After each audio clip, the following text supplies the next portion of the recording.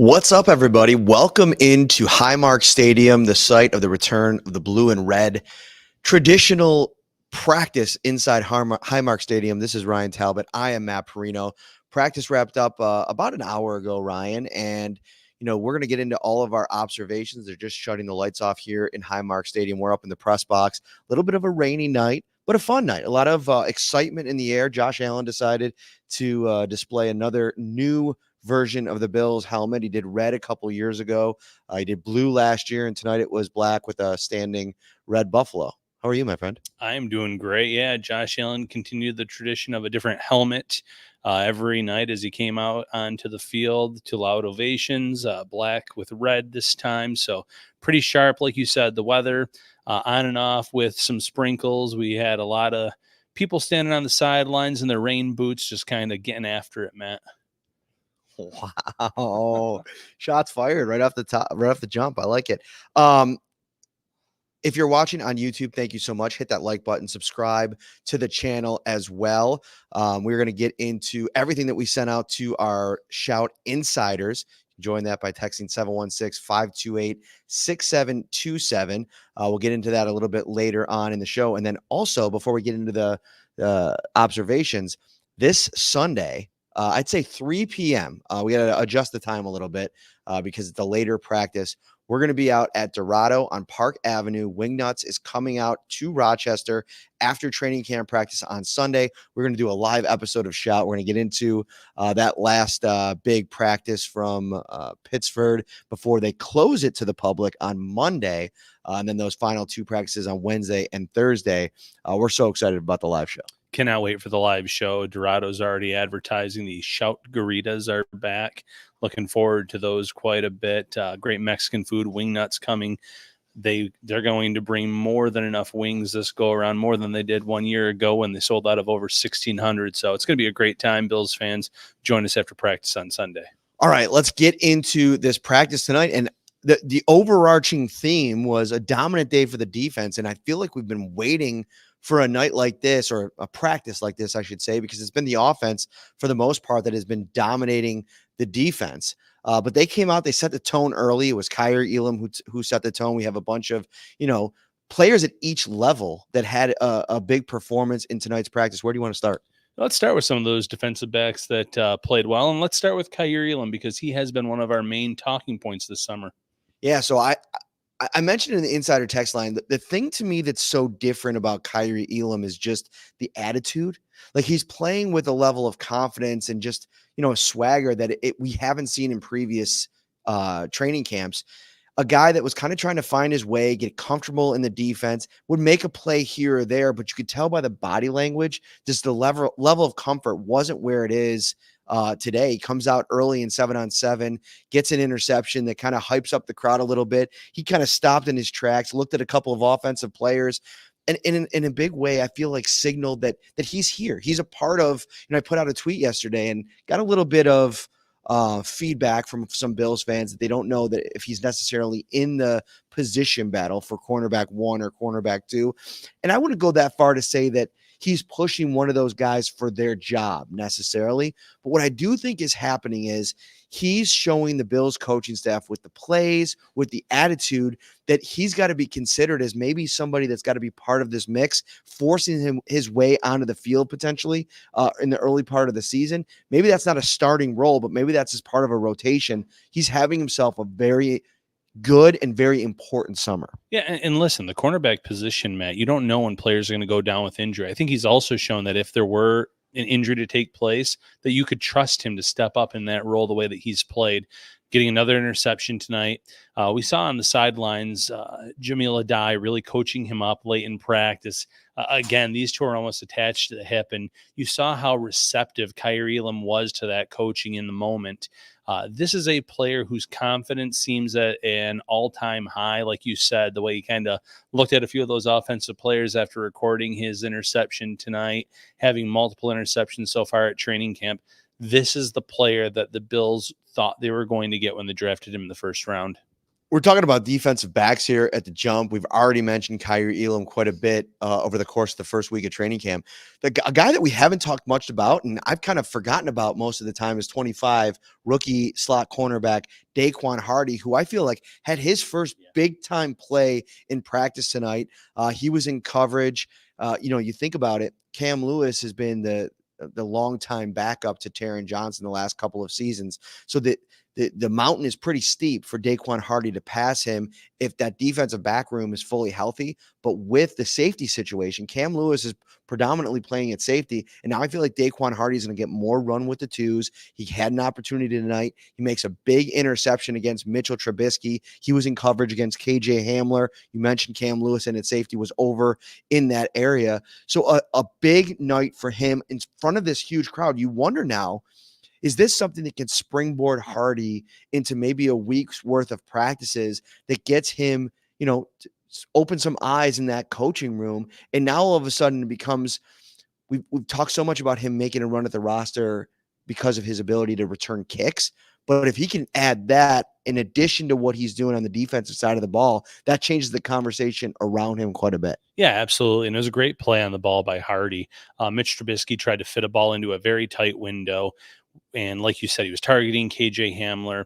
Hardy turned his head at the right moment, saw the ball, jumped in front of it, made it look easier than it probably was, came down with it in the end zone. And as soon as he was coming off the field, the first person to greet him, Matt, was Taron Johnson. Taron Johnson was fired up for Daquan Hardy. Hardy was receptive to it as well, obviously very excited to get that interception in front of the crowd. So a great moment for the rookie, someone that some draft analysts, Emory Hunt, had as the top nickel corner in this draft, which, a lot of analysts would have disagreed with that, but probably had him in their top 3, top 5 range in terms of nickel cornerbacks. But a nice performance here tonight. The other piece of importance to Hardy being on the roster all of a sudden is, Cam Lewis came in as a boundary cornerback. He played that mostly at UB.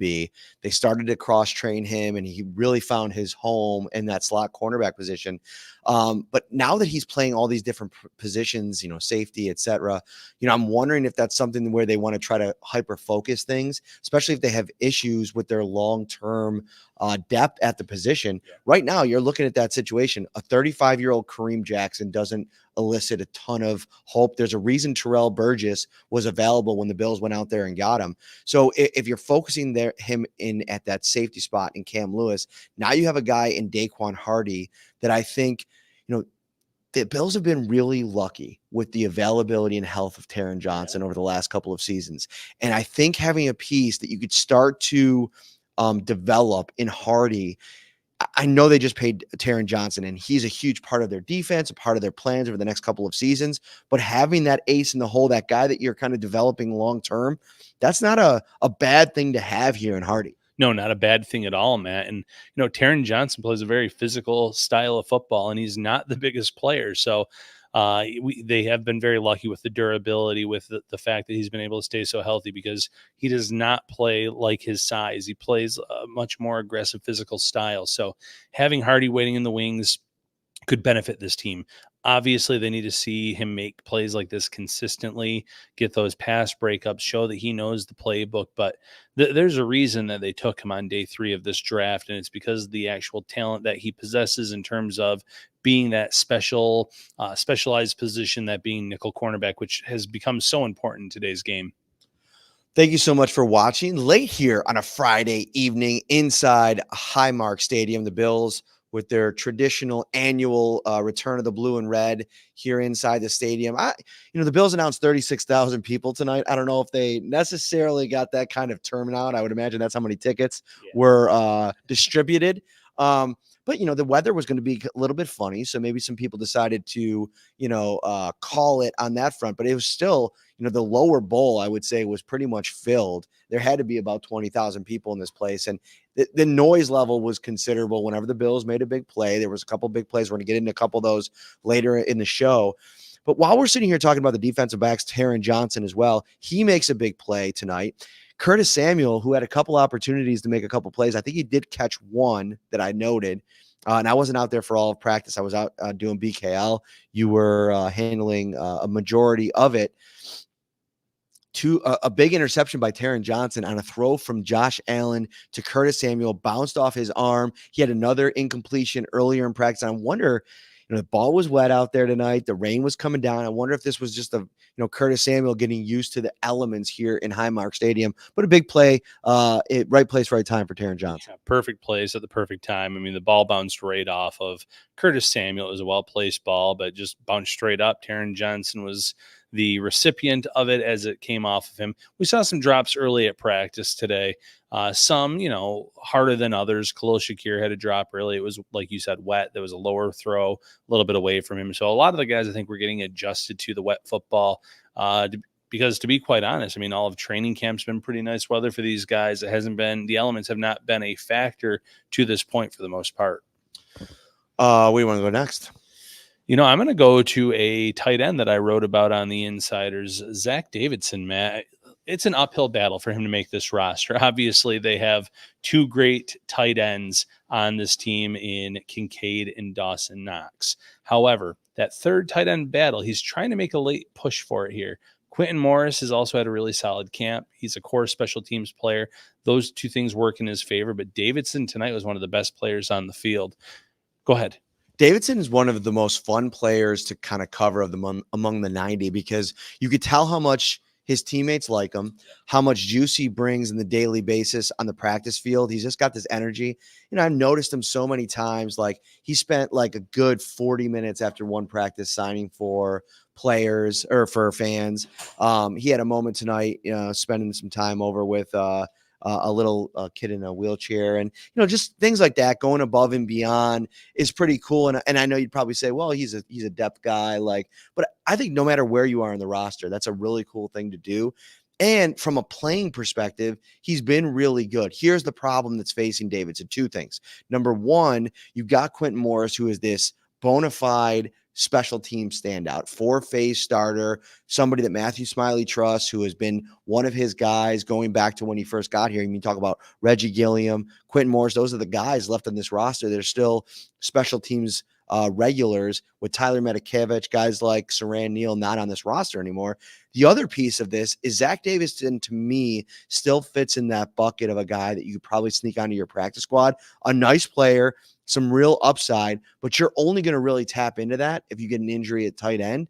And I think the best landing spot for him is probably PS. Yeah, I think you just nailed it. I mean, you're not going to take a Dalton Kincaid or a Dawson Knox off the field for a Quentin Morris or a Zach Davidson. So it comes down to what can those two guys do, being Morris and Davidson, and Morris brings a little bit more to the special teams unit. But tonight, he was catching everything that came his way. Sideline grab, middle of the field, grab, deep ball, or a touchdown, from Mitch Trubisky, a second touchdown, one from Shane Buechele in the red zone goal line work. So really stood out, was getting himself open, sure hands, made plays whenever he was called upon. So one of those standout players tonight for sure, Matt. Pops Mafia, who was in the house tonight, we saw him, wave to him, ask, can the Bills keep four tight ends? And I just think that that's a little bit too difficult because, right now we're talking about a team that, had 5 wide receivers. They kept the 6 and then put Justin Shorter on the IR last year. They don't have to do that necessarily this year because of the way that the roster restrictions have changed. So if the Bills do go in with 6 wide receivers, you're going to have to cut somewhere else. And I don't know, that this is a team that tends to go heavy on the defensive line, offensive line, and at the linebacker and defensive backs position. I don't know if that's a luxury that they can afford. And if Zach Davidson is high enough on their worry list to be if you're going to lose somebody, if it comes down to, say, for instance, a Javon Solomon, who's a 5th round draft pick, or an Eddie Ulufosio, who's another day 3 pick at linebacker, or a Daquan Hardy, another day 3 pick, that are rookies, are you worried about losing one of those guys as opposed to a Davidson, a UDFA guy that, listen, if he goes, here's the scenario where it could play out where you feel like you need to keep him if he blows up in the preseason. Yeah. Like right now, there's probably pro scouts that are hot on the trail of this because guys are, following the reporters during training camp. But if he goes up and blows up in preseason, then it becomes a little bit more of a difficult discussion. And even then, I still don't think that I'm in the camp of keeping him because it's an unknown. Like, even if you keep him on your roster, he's never delivered in a regular season scenario for an NFL team. 100%. And when you use the word luxury, the Bills have to be smart with those picks in terms of those few guys at the bottom of the roster because of the new kickoff rules. So maybe they keep an extra wide receiver or running back, for instance, because of that rule. And those are going to be your core return men. Maybe it's a Hardy who benefits because he has the return aspect of it in his game. So in the secondary, they keep an extra player there. So when you weigh those factors in, Davidson's not going to return kicks or punts. Obviously, he's not going to play much with the offense, barring injuries. The best path for him to potentially, be a contributor this year is get him on the practice squad. If an injury occurs, you elevate him to the main roster, and then maybe he gets into the mix. Maybe he gets thrown on special teams. He gets into the mix there. So he can get a game day jersey. But I think the practice squad is probably the path for him to make to eventually make this roster this year or maybe even next year. I've been waiting, or a lot of insiders have been waiting for the big Marquez Valdes-Scantling moment of training camp, and I thought it came tonight. And speaking of the insiders, you can join and become an insider today by texting 716-528-6727. Go to joinsubtext.com/shoutbuffalobills. Put in your phone number. Then they'll direct you from there. And, it's a 2-week free trial, $3.99 a month after that. Access to Ryan Talbot and Matt Parrino, 365, 24/7, whenever you need us. And the Shout text line is brought to you by our good friends over at the Litro Law Group. Carrie C. Beyer, attorney with the law offices of Francis M. Litro, located at 237 Main Street in Buffalo, New York. If you or someone you know is seriously injured, give him a call at 716-852-1234 or check out litrolaw.com.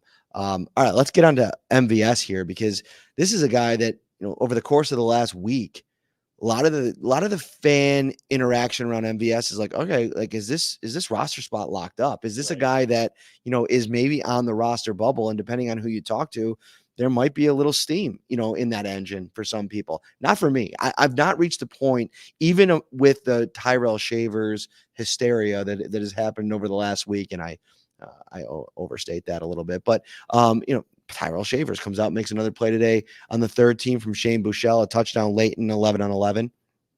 But MVS, one-on-one press coverage against Rasul Douglas, beats Douglas, gets some separation. Josh Allen reads it, puts a bullet over the middle, a laser beam right to MVS, puts it on him. He makes a big play, probably goes for about 20-ish yards. Huge play. You see the kind of juice, the energy there, and you kind of visualize, okay, this is what MVS could potentially be in this offense. And, I also don't think that he necessarily has to have this,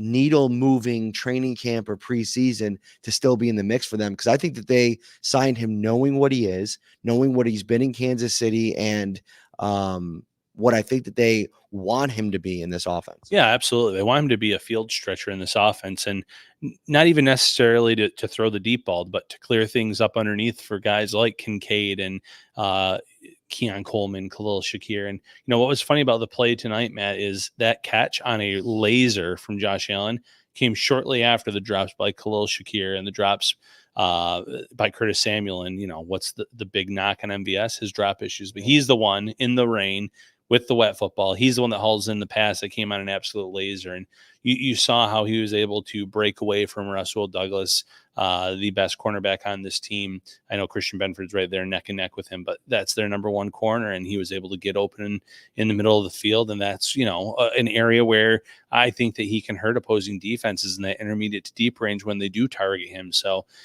they brought him in. They gave him a certain amount of guaranteed money. He hit it off with Josh Allen. He seems like that guy that's fit in as that wide receiver 5 in this offense. And, like you mentioned with Tyrell Shavers, Shavers could easily be that 6th wide receiver if they go that route. But he is someone that, like you said, I think they have an envisioned role for him.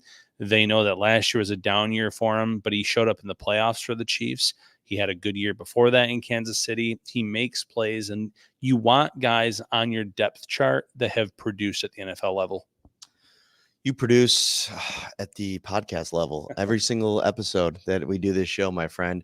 It's good to have you out here at Highmark Stadium. We do this every year. How was the traffic for you coming in? For me, it was a little bit sticky, but I think I beat the real bad rush because some people were in traffic for like an hour and a half. Yeah, no, it wasn't too bad, and actually, it was nice on the way up. I love the Apple Maps there where it says, do you want to get here 10 minutes faster by going this route? So we hit a few nice spots where we found some shorter routes to get there. Now, obviously, once we were trying to pull into the stadium, that was getting a little bit slow moving.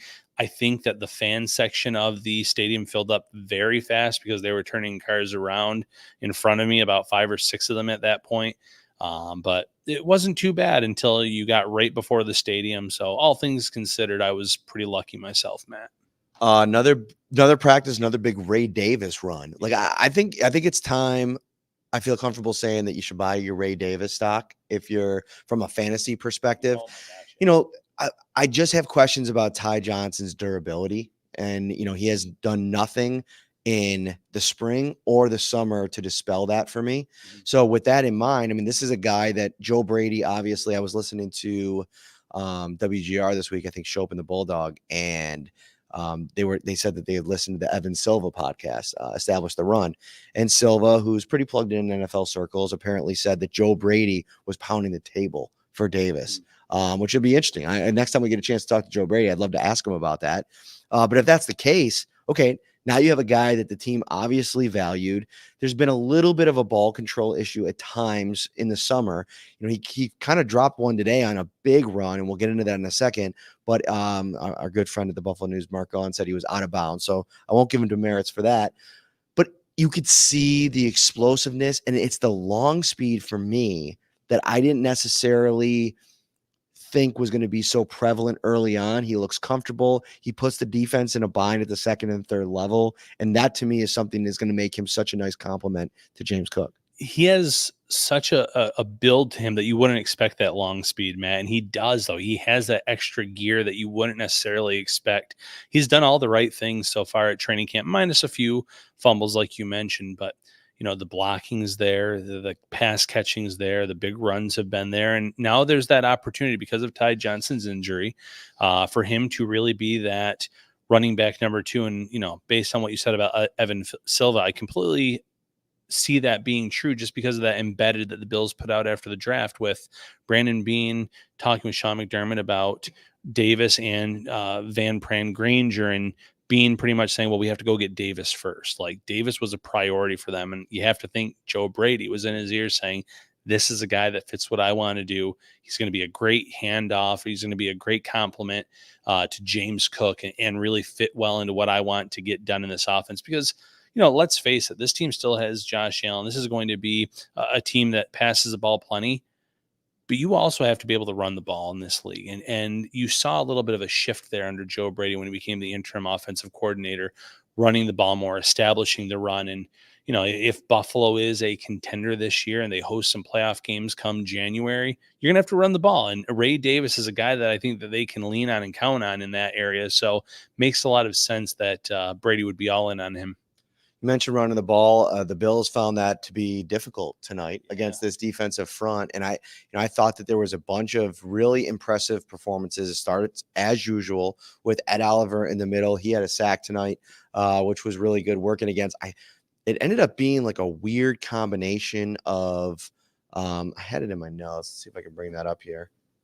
I had our little camera here balancing on my notebook, but I kind of need it at this point. It was a strange combination block between Connor McGovern and Spencer Brown, which, things get kind of hectic back there, but Ed Oliver, he is unapologetic. It doesn't matter who he ends up on. He's looking to kind of win that rep. He ends up sacking Josh Allen, blowing the play dead. Daquan Jones, I had him for a tackle for a loss. Dwayne Carter at one point, he had a pass block at the line of scrimmage. It was just wherever you looked, it felt like the Bills. Von Miller, Matt Milano, apparently vet rest days. They didn't go today during the team portion. But across the defensive line, I thought was really good. really good play from the starters and some of those secondary depth pieces. But even on the third team, some of the goal line work, Casey Toohill had a nice stop on a run play. You had Eddie Ulofoshio with a stop on a play that he actually ended up getting injured on, but a nice play there. It was tough in terms of on the ground tonight. A lot of really good plays. Taron Johnson blew up one of Ray Davis's runs tonight too. So even in the secondary, they were getting contributions across all three levels in terms of stopping the run. So really nice effort tonight from the defense, even in that area. Where do you want to go next?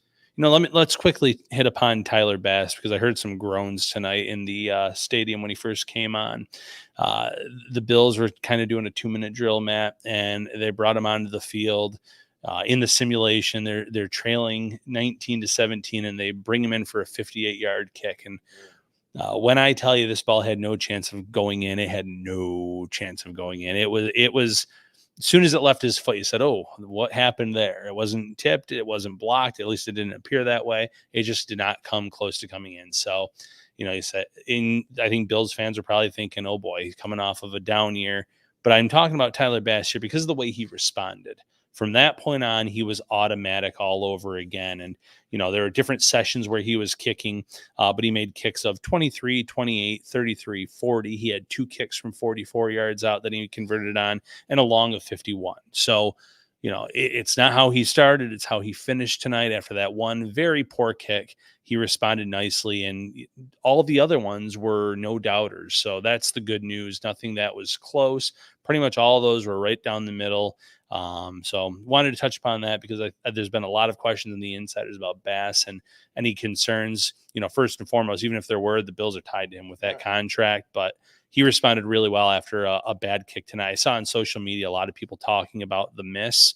I think it's important to talk about all the makes that he had after that point. Over on YouTube, Johnny Blue asks about AJ Epenesa and whether or not he's been invisible, because he hasn't heard much about him. And, it's tough because you really have to have the tape of these practices to go in and really evaluate every single pass rush. And, really the only thing that we have to go off before the game start is the coaching staff. And Bobby Babich was asked about AJ Epenesa a couple of days ago, and he glowed about the guy. And Bobby Babich isn't the guy that I think that is going to start blow smoke for guys. And, Epenesa, he's taken it to another level, he said, and he's going to have to. He's going to have to be a guy that they rely upon. Von Miller, they're hoping to get back to a certain spot. Dewan Smoot, I've been saying his name wrong. It's Dewan Smoot. I know. It is Dewan Smoot, apparently.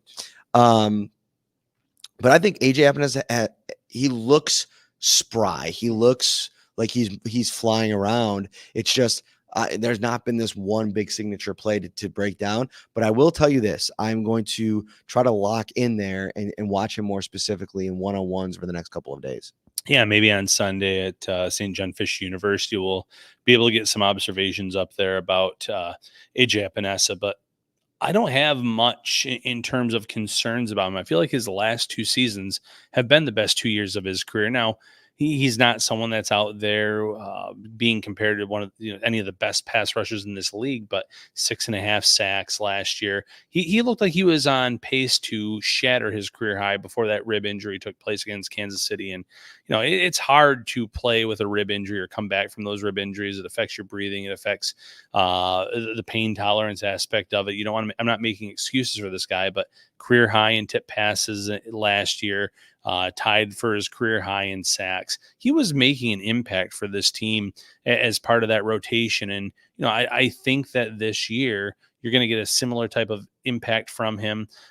You're going to lean, though, on Von Miller to be a little bit more like Von Miller. Greg Rousseau to make plays. Rousseau tonight had a fumble recovery during that red zone goal line work I don't want to put the blame on James Cook. I think it was just the exchange wasn't clean between he and Allen.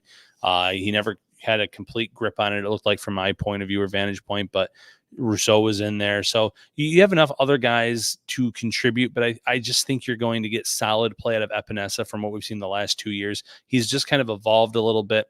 He's a solid secondary type of player for this team. Did you ever play Mike Tyson's Knockout back in the day? Absolutely. Like when you're like fighting Glass Joe, and he's the easiest one at the beginning of the board when you're trying to leveling through all the fighters. And like if you're fighting them and you're losing the fight and you're about to lose, like it starts to blink and you get really like nervous. Who do you feel like is the Bills player right now that you thought had a really solid standing on the roster bubble on the good side of it, where it's blinking right now and you're feeling like they're losing ground and potentially are really in danger of getting cut? One of the guys that I think, I got two guys in mind, but I'll start with Lyle Collins, who, isn't available tonight. He's day-to-day with a knee injury. He's a guy that's got some position flexibility, but has not looked good really in the first week of training camp. And, you wonder with the knee ailment, how much is he going to play as a veteran in the preseason? Or you get to a point where you're really confident in him. And now you're thinking about a guy in Cedric Van Pran Granger with Alec Anderson, who was back in the mix tonight. Cedric Van Pran Granger has officially moved up the depth chart. He was on the second team at center for the Bills tonight. You move Alec Anderson over to guard, and now all of a sudden you got him there. You have Tylen Grable, the rookie, who has been a steady force at tackle on both sides. You have Ryan Vandermark. I think Lyle Collins is I think that light's blinking right now if he's playing the knockout game. Yeah, I don't know if he's Glass Joe. I think he might be King Hippo. He has like the Band-Aids over like the belly button and the pants fall down when you hit him. That's the injuries. That's the toll that it's taken on his career at this point in time. And he can't really move at that point. And, you feel bad for the guy. Wasn't even participating tonight due to a knee injury, we were told. So, but when he has been out there, he hasn't looked like the Lyle Collins that was in Dallas or even in that first part of his first season in Cincinnati. He looks like a player that is just trying to hang on in terms of making an NFL roster. I just don't see the Bills necessarily going that route with so much youth and talent there. So unless there's a major turnaround and he bounces back here strong during the preseason, because he could get a lot of preseason work to show that he deserves a roster spot, I see the Bills leaning with some of these younger players. Another guy, obviously Chase Claypool has been banged up the last couple of days. He's been pretty quiet. Our buddy Joe B mentioned that he was working in with the ones a little bit more than MVS in the first couple of days of training camp before the injury, which is something to consider. And listen, I still go back to the fact that one season in 2020 is the most productive season of any wide receiver currently on the roster in an NFL season. So he has that going for him. He's going to have to get back for the preseason. He's going to have to deliver a little bit. We'll reposition this position battle conversation in a couple weeks. KJ Hamler has not really risen up the depth chart the way that, I think that you'd want to have seen. He's been a mainstay on the third team, and, we'll see where he lines up and if he's productive in the kick returns. But I'm starting to think that maybe a Daquan Hardy, maybe a Andy Isabella, maybe in the mix for that kick return spot. I'll be interested to see who makes some noise there in the preseason games. I think Hamler's another guy you can get on your practice squad, Matt. I mean, the Bills signed him to a future reserve deal at the end of last season while they were still like in the playoffs. There's a reason he was available. He's had just terrible luck with injuries. The speed is still, he still has that speed, that 4.27 type of speed, but we haven't seen it enough at camp. We haven't seen him utilize that. It's there, but why haven't we seen it? Why hasn't he been able to move up that depth chart? So he's another player that I think that you can slide onto your practice squad like an Andy Isabella, where you don't necessarily have to worry about teams poaching him away. And then maybe as he gets a better grasp of the playbook, maybe if he can show he can stay healthy, some opportunities and elevations will occur. All right. That's going to do it for us from the stadium. Do not forget this Sunday, if you live in Rochester or nearby, if it's a drivable situation, we are going to be out at Dorado on Park Avenue, 3 p.m. after the Bills training camp practice on Sunday. We hope to see everybody out there. It was such a blast last summer. Wingnuts comes up. They're going to bring tons of wings. Their menu is out. Follow me on Instagram, and you can see the whole menu and layout for this weekend. We're out on the patio. The drink specials are amazing. The drinks are flowing. It's wonderful. Outstanding, atmosphere, a lot of outdoor seating between the two venues that we'll be at, or, that restaurant next to Dorado lets them kind of use some of that area up. So join us this Sunday. It's going to be a great time, Bills fans, right after practice. For Ryan Talbot, I am Matt Parrino from Highmark Stadium. We will see you on Sunday. Take care, everybody.